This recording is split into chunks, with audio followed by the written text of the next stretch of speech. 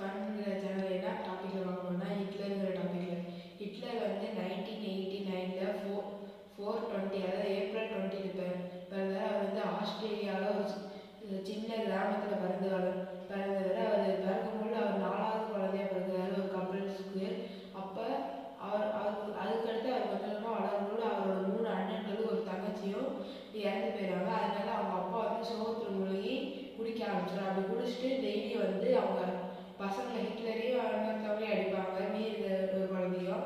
அப்படியே அடிக்கும்போது Adolf Hitler காப்பாற்றுறதுக்காக அவங்க அம்மா வந்து அந்த அடிகளை வந்து சில தடவை கூர்ந்து வாங்கிப்பாங்க. அதனால வாரத்துக்கு 2 தடவை ஹாஸ்பிட்டல் வந்து அட்மிட் ஆகணும்னு அவங்களோட ஹிட்லரோட ஃபேமிலி டாக்டர் வந்து சொல்லியிருப்பாரு. அடுத்து வந்து ஹிட்லர் வந்து ஹிஸ்ட்ரி கிளாஸஸ் வந்து அவருக்கு பிடிக்கும். அதனால அவங்க ஹிஸ்ட்ரி டீச்சர்ஸ் பேசுகிறது வந்து அவங்களுக்கு பிடிச்சதுனால அவர் நல்லா கவனிப்பார். அப்போ வந்து திடீர்னு ஒரு நாள் ஜெர்மனி வந்து 2ஆக பிடிக்கிறாங்க, ஜெர்மனி ஆஸ்திரேலியான்னு. அப்போ வந்து ஹிட்லரோட ஹிஸ்ட்ரி டீச்சர் என்ன சொல்லுவாங்கன்னா, இந்த மாதிரி பிரிக்கக்கூடாது, ஏன் எல்லாரும் ஒரே தானே பேசுகிறோம், அப்படி நம்ம இந்த மாதிரி பிரித்தா நம்மளோட ஜெர்மன் கண்ட்ரியே வீக் ஆகிடும், அந்த மாதிரி சொல்லியிருப்பாரு. அப்போ வந்து ஹிட்லர் வந்து அதை நல்லா ஞாபகம் வச்சுப்பாரு.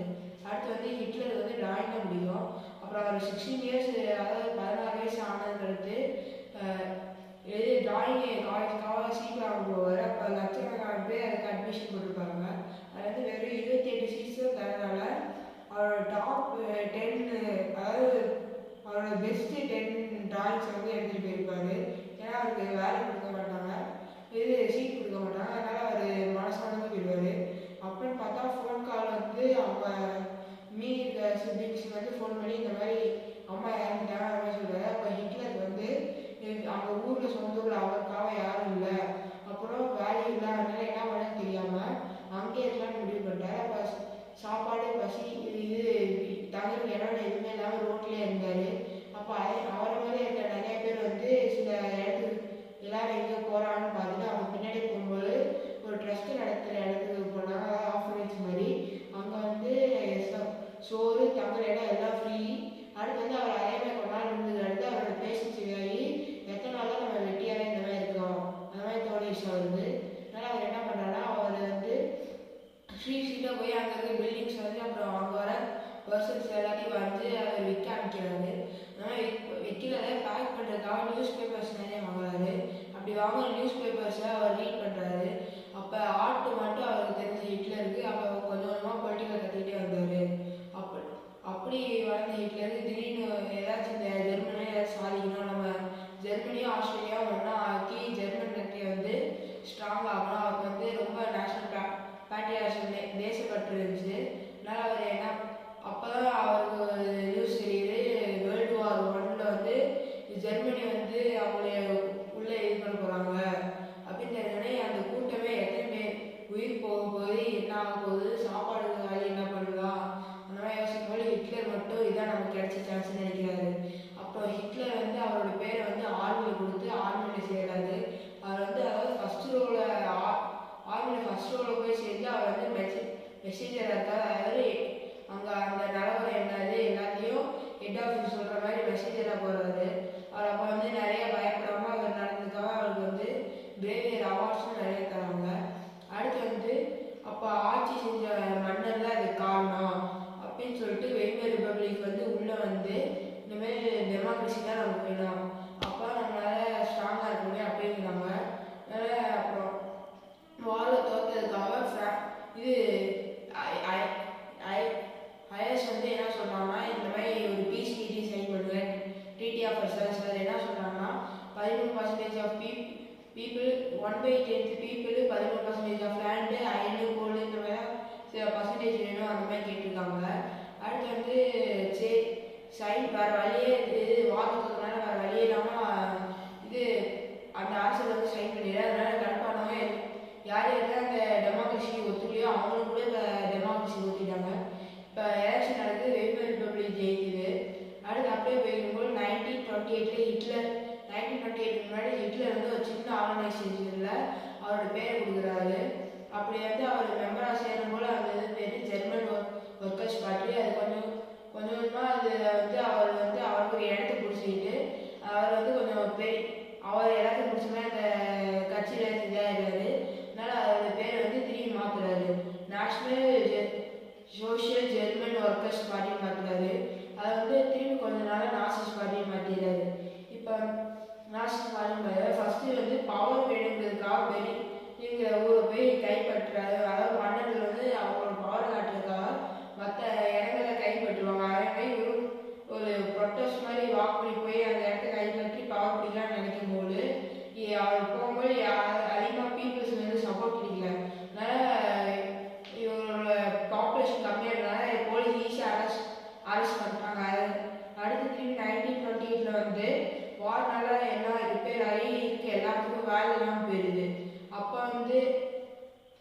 வந்து ஜூஸ் அதாவது ஜெர்மனில் இல்லாமல் வெளிநாட்டிலேருந்து வேலை தேடி இங்கே வந்தாலும் பிஸ்னஸ் ஆச்சு பணக்காரங்களாக இருக்காங்க. அப்புறம் அதை நினச்சி இங்கே ஜெர்மன்ஸுக்கே வேலை இல்லை, அவங்க மட்டும் எப்படி பணக்காரங்களாக இருக்காங்கன்னு கோபம் பசி இதெல்லாம் அவர் வந்து ஜெர்மன்ஸ் மேலே வெறுப்பு உருவாகுச்சு. அடுத்து வந்து அவர் எல்லாத்தோட வறுமையின் காரணமாக அவர் வந்து என்ன செய்ய ஆரம்பிச்சிட்டாங்கன்னா, இந்த மாதிரி நாங்கள் எலெக்ஷனில் ஜெயிச்சா உங்களுக்கு வேலை வாய்ப்பு தரோம், சின்ன பசங்களுக்கு சேஃப்டி தரோம், ஸ்கூல் தரோம், அந்த மாதிரி நிறையா சொல்கிறாங்க. அப்புறம் இந்த சம்பளம் எல்லாம் அதிகமாக தரோம் அந்த மாதிரி சொல்கிறாங்க. அதனால் அப்போ ஃபஸ்ட்டு டைம் 1928 எலெக்ஷன் ஆகும்போது 2.6% ஓட்டு தான் வாங்கியிருக்காரு. அடுத்து திரும்பி 4 வருஷத்துல 1932 வந்து திரும்பி எலெக்ஷன் வருது. அப்போ 37% ஓட்டு வாங்கி அவர் வந்து ஆட்சி பிடிக்கிறார். 1933 வந்து அவர் வந்து ஒரு பெரிய போஸ்ட்டுக்கு வந்து அப்பாயிண்ட் பண்ணுறாங்க. அடுத்து வந்து அப்பாயிண்ட் பண்ணோடனே முதல்ல இந்த ஜூஸ் வந்து அவர் பிடிக்கிறதுனால அவங்களை அடிக்கணுங்கிறதுக்காக கான்சன்ட்ரேஷன் கேம்ப்னு சொல்லி அவங்க அந்த மாதிரி அவங்க ஸ்பெஷல் ட்ரீட்மெண்ட் கொடுக்குறோம் அந்த மாதிரி சொல்லிட்டு வந்து அவங்கள வந்து ட்ரீட் பண்ணுறதுக்கு அந்த மாதிரி சொல்லி அவங்க போய் டார்ச்சர் பண்ணி சாவடிக்க ஆரம்பிச்சாரு. அடுத்து வந்து அவர் வந்து மக்களுக்கு வாக்கு கொடுத்த மாதிரி நம்ம அவரோட நாட்டை வந்து இம்ப்ரூவ் பண்ணுங்கிற அந்த தேசம் பற்றினால அவர் வந்து ஒரு பெஸ்ட் எக்கனாமிக்ஸை போய் பார்க்குறாரு. அவர் வந்து இருந்தால் நம்ம வந்து ஃபஸ்ட்டு பெரிய பெரிய கடன் அடைக்கிறதுக்கு முன்னாடி நம்ம சின்ன சின்ன கடன் வாங்கி இந்த பிரிட்ஜஸ்ஸு உடம்புல பிரிட்ஜஸ்ஸு ட்ரெயின் ட்ராக்ஸு இந்த ரோட்வேஸு இது எல்லாத்தையும் நம்ம அப்புறம் ப்ரோட்டஸ்ட் இந்த கடல் போக்குவரத்து எல்லாத்தையும் நம்ம வலிமை பண்ணால் ட்ரேடர்ஸ் வந்து நம்ம நாட்டில் வந்து வர வாய்ப்பு இருக்குது. அதே மாதிரி நம்ம வேலை செய்கிறதுக்கு வந்து ஆளை வெளியூரில் நம்ம அப்பாயிண்ட் பண்ணோம். இங்கே வேலை இல்லாமல் இருக்கவங்களுக்கு அங்கே வேலை கொடுத்தோம்னா அதுவும் இல்லாமல் அந்த மாதிரி இந்த ஜெர்மன்ஸுக்கும் வேலையும் கிடச்சிடும். அதேமாதிரி நம்ம ரோடு எல்லாம் சரியாகிறதுனால இந்த ட்ரேட்ஸும் நடந்து நம்ம கொஞ்சம் எக்கனாமிக்கலி நம்ம கொஞ்சம் பெரிய கொஞ்சம் நார்மலாக சரியாகலாம் அந்த மாதிரி இது பண்ணுறாங்க. அடுத்து அதே மாதிரி நடக்கும்போது திரும்பி வந்து ஜெர்மன் வந்து இந்த மாதிரி ஃப்ரான்ஸுக்கு வந்து இந்த மாதிரி நான் ட்ரீட்டி சைன் பண்ண மாதிரி காசு கொடுக்க முடியாதுன்னு சொல்லிடுறாங்க. அடுத்து வந்து இந்த மாதிரி போய் யூஎஸ்ஏ வந்து இந்த மாதிரி நீங்கள் ஃபுல் அமௌண்ட்டையும் தர வேண்டாம், நீங்கள் பாதியாக தாங்க அந்த மாதிரி சொல்லி பேசி வைக்கிறாங்க.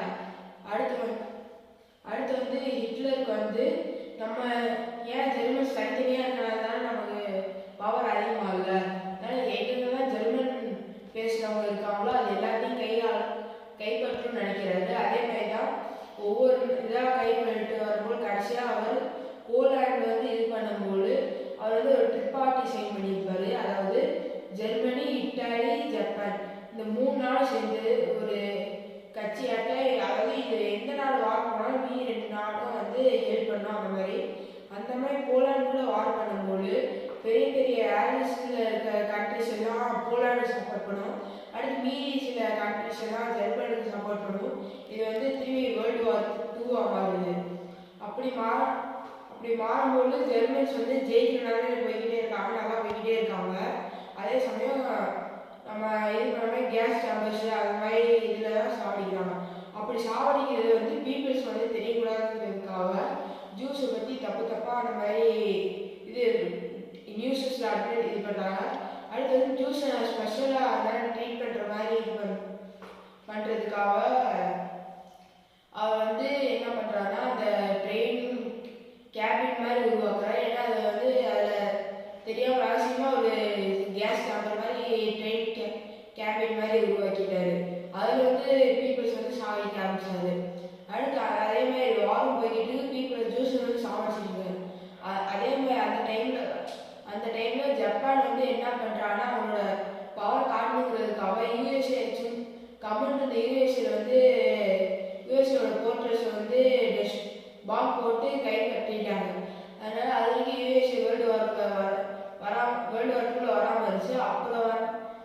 மாதிரி யூஎஸ்ஏ வந்து அந்த டைமில் தான் ஆட்டம் பாம் வந்து யூஎஸ்ஏ கண்டுபிடிச்சிது. அது வந்து ஜப்பானில் 2 நாட்டில் போட்டோன்னே அப்புறம் ஜெர்மனி எல்லாம் டிஃபீட்டட் ஆயிடுச்சு. அதனால் அவர் என்ன நினச்சாருன்னா, டிஃபீட் ஆனதுக்கு அடுத்து இந்த மாதிரி நம்ம செத்துட்டோம், நம்மளை எப்படி இருந்தாலும் அவங்க டார்ச்சர் பண்ணி இது பண்ணிட்டாங்க, ஏன்னா நம்ம அவங்களை ரொம்ப டார்ச்சர் பண்ணியிருக்கோம். அதனால நினச்சி அவர் வந்து வீட்டுக்கு கீழே பங்கர்ஸ், அதாவது பாம் போட்டாலும் பாம் ப்ரொடெக்ஷன் ரூம் மட்டும் இருக்கும் அண்டர் கிரவுண்டில். அதில் எல்லாரும் அவங்க ஃபேமிலியோட ஒரு சில இம்பார்ட்டண்டான பீப்புள் எல்லாம் போய் 2-3 பாம்பு போட்டு அவரே வெடித்து செத்துட்டாங்க. அதே மாதிரி அவர் அந்த வார் டைமில் அவர் வாரில் ஜெயிக்கணுங்கிறதுக்காக சில டைப்ஸ் ஆஃப் ட்ரக்ஸ் வந்து சோல்ஜர்ஸ் கொடுத்தாங்க. அந்த ட்ரக்ஸ் மூலயமா அவங்க வந்து தூக்கம், பசி இதெல்லாம் ரொம்ப கம்மியாயிருக்கும். அப்புறம் அவங்களோட பவர் வந்து ரொம்ப அதிகமாக இருக்க மாதிரி அந்த சோல்ஜர்ஸ்க்கெல்லாம் தோணும். அடுத்து வந்து அவர் வந்து யாருக்கு ஜூஸ் மேலே இருப்பாங்க, அவருக்கு யார் அப்படின்னா ஆரியன்ஸ், ரொமாட்டிக் ஆரியன்ஸ், அதாவது வந்து ஜெர்மனி நாட்டோடது. அவங்களோட ஐஸ் வந்து ப்ளூ கலரில் இருக்கும். அடுத்து வந்து அவங்க செத்துக்கு அடுத்து என்ன சொல்கிறாங்கன்னா, அடுத்து வந்து அவங்க வந்து ஏன் அவங்க கட்சிக்காரங்க வந்து ஏன் நாங்கள் ஆரியன்ஸ்க்கு நான் என்னென்ன ஸ்பெஷலாக பண்ணோங்கிறத சொல்கிறாங்க. அதாவது இந்த மாதிரி ஆரியன், அதாவது 4 ஆரியன் குழந்தை இது பண்ணால் பிரான்ஸ் மெடலும் 6 ஆரியன் குழந்தைகளை பற்றின மதர்ஸ் இது சில்வர் இதுவும் 8 ஆரியன் குழந்தைகள் பெற்றவங்களுக்கு கோல்டு இந்த மாதிரி பதக்கங்களை கொடுத்ததுனால நிறைய பேர் இந்த மாதிரி இது பண்ணாங்க. ஆரியன்ஸ் சைல்ட்ஸ் எல்லாத்தையும் ஆரியன் பேரண்ட்ஸ் கொடுத்து ஜெர்மன் இது பண்ணுற மாதிரி வளர்த்தாங்க. அவங்க சில்ட்ரன்ஸை வளர்க்கும் போதே நாசி சப்போர்ட் பண்ணுற மாதிரியும், அப்புறம் ஜூஸ் வந்து தப்பானாங்க அந்த மாதிரி சின்ன ஸ்கூல்லேருந்தே சொல்லி கொடுக்க ஆரம்பித்தாங்க. இந்த மாதிரி கொஞ்சம் கொஞ்சமாக ஜெர்மனியில் வந்து ஜூஸுங்கிறவங்களே நல்லவங்க இல்லை அந்த மாதிரி இது பண்ணுறாங்க. அப்புறம் அவர் நியூஸ்லேயும் வந்து அவங்களை சாவடிக்கிறோம் அந்த மாதிரி டேரெக்டாக சொல்ல, அவங்களுக்கு இந்த மாதிரி ஸ்பெஷல் ட்ரீட்மெண்ட் கொடுத்துருக்கோம் அந்த மாதிரி தான் சொல்கிறாங்க. அடுத்து வந்து அப்படியே போய் அப்புறம் இந்த நாசி சப்போர்ட் பண்ண எல்லாரும் என்ன நினைச்சாங்க, நிறைய பேர் இந்த மாதிரி நம்மளை ஷூட் பண்ணி சாவடிச்சுருவாங்க, அதனால அந்த மாதிரி அதுக்கு நம்மளே செத்துலாம் நிறைய பேர் அவங்களே சூசைட் பண்ணிக்கிட்டாங்க. ஏன்னா ஆலிஸ் வந்து நம்மளும் ஹிட்லர் மாதிரியே கொண்டு வரணும்னா நம்மளும் ஹிட்லருக்கு என்ன டிஃப்ரென்ஸ் இருக்குன்னு நினச்சிக்கிட்டு அவங்க வந்து வெறும் 11 பேர் மட்டும் லைஃப் டைம் ப்ரெசன்மெண்ட், 11 மெயின் லீடர்ஸ் மட்டும் லைஃப் டைம் ப்ரெசன்மெண்ட் மட்டும் அமைச்சுட்டாங்க.